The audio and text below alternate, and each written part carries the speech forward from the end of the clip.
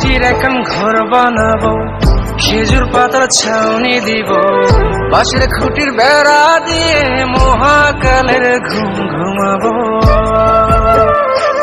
আমি মাটির এখন ঘর বানাবো, খেজুর পাতার ছাউনি দিব, বাঁশের খুঁটির বেড়া দিয়ে মহাকালের ঘুম ঘুমাবো।